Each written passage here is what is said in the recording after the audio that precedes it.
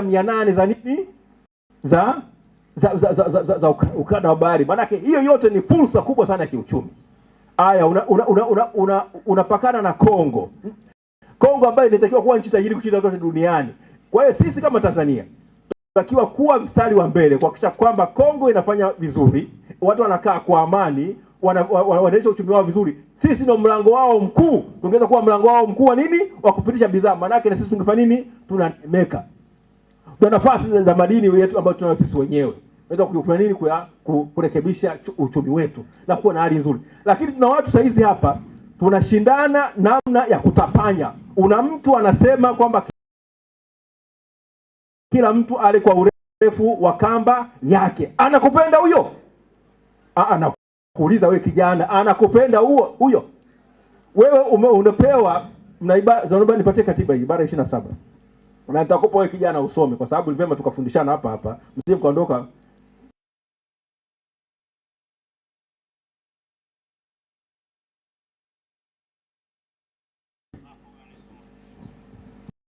Nipatie.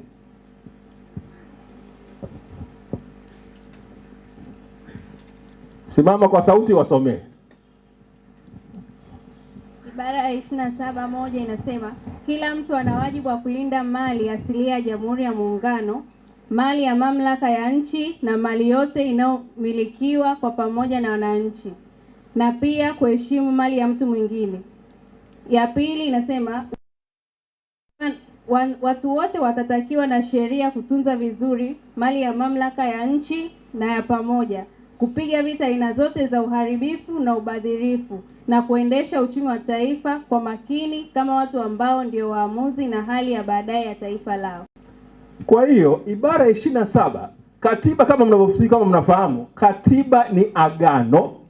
Sawa sawa.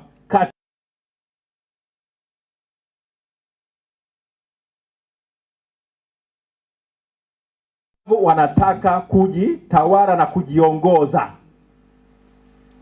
Ni agano kwamba sisi wananchi, wewe naomba usome hapo bwana mzee, naona umefanikiwa. Kuna nini? Soma Dibaji.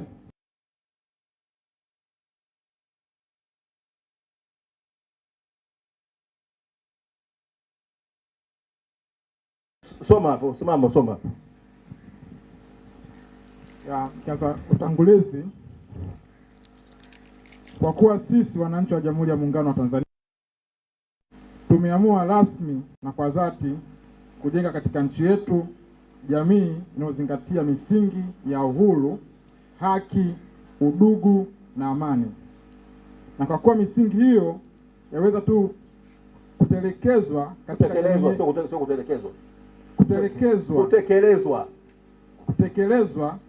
katika jamii yenye demokrasia ambayo serikali yake husimamiwa na bunge lenye wajumbe waliochaguliwa na linalowakilishwa na wananchi, na pia yenye mahakama huru zinazotekeleza wajibu wa kutoa haki bila uoga wala upendeleo wowote, na hivyo kuhakikisha kwamba haki zote za binadamu zinadumishwa na kulindwa na wajibu wa kila mtu unatekelezwa kwa uaminifu.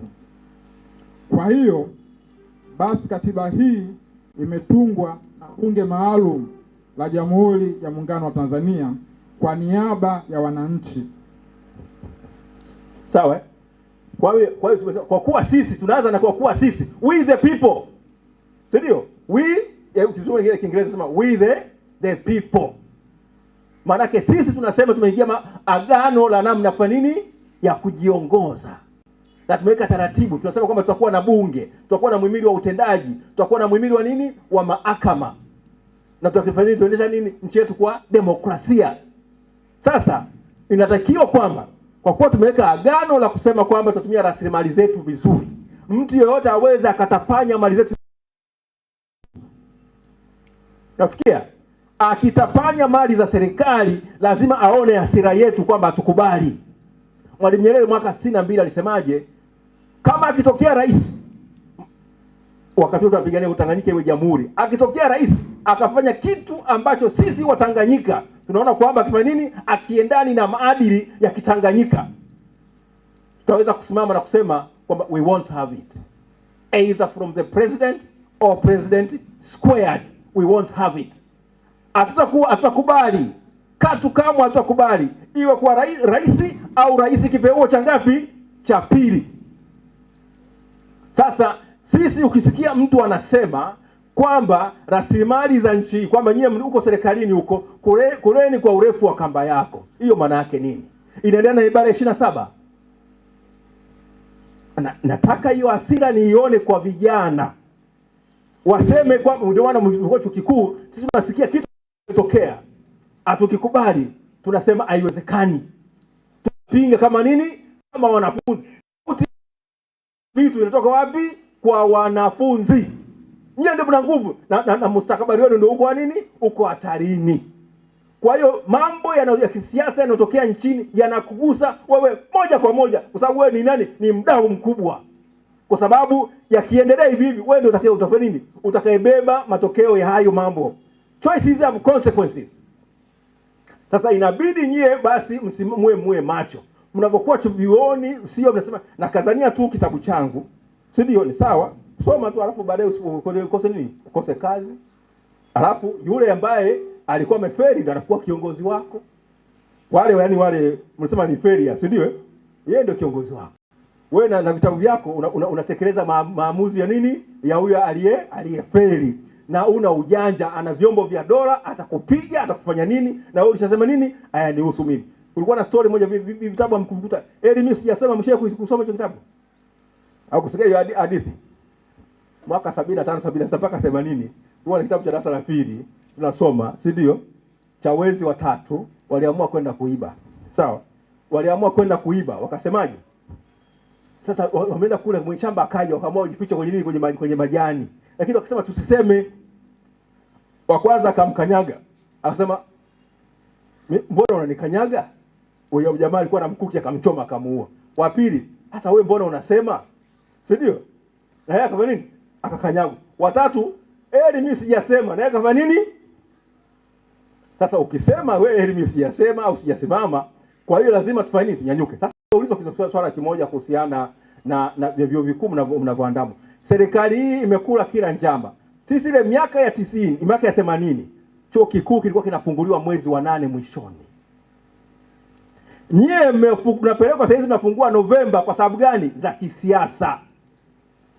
Kwamba vyuo vikuu visiwe vimefunguliwa pale uchaguzi mkuu unatokea mwezi wa 10, lazima tuhakikishe kwamba wanafunzi hawa hawapo, na kwa sababu wakiwepo uwezekano wao kupigia vyama vya upinzani tofauti na chama tawala ni nini? Ni mkubwa. Kwa hiyo mnatakiwa kupigania kwa nini ratiba yenu ya vyuo haiendani na nchi nyinginezo.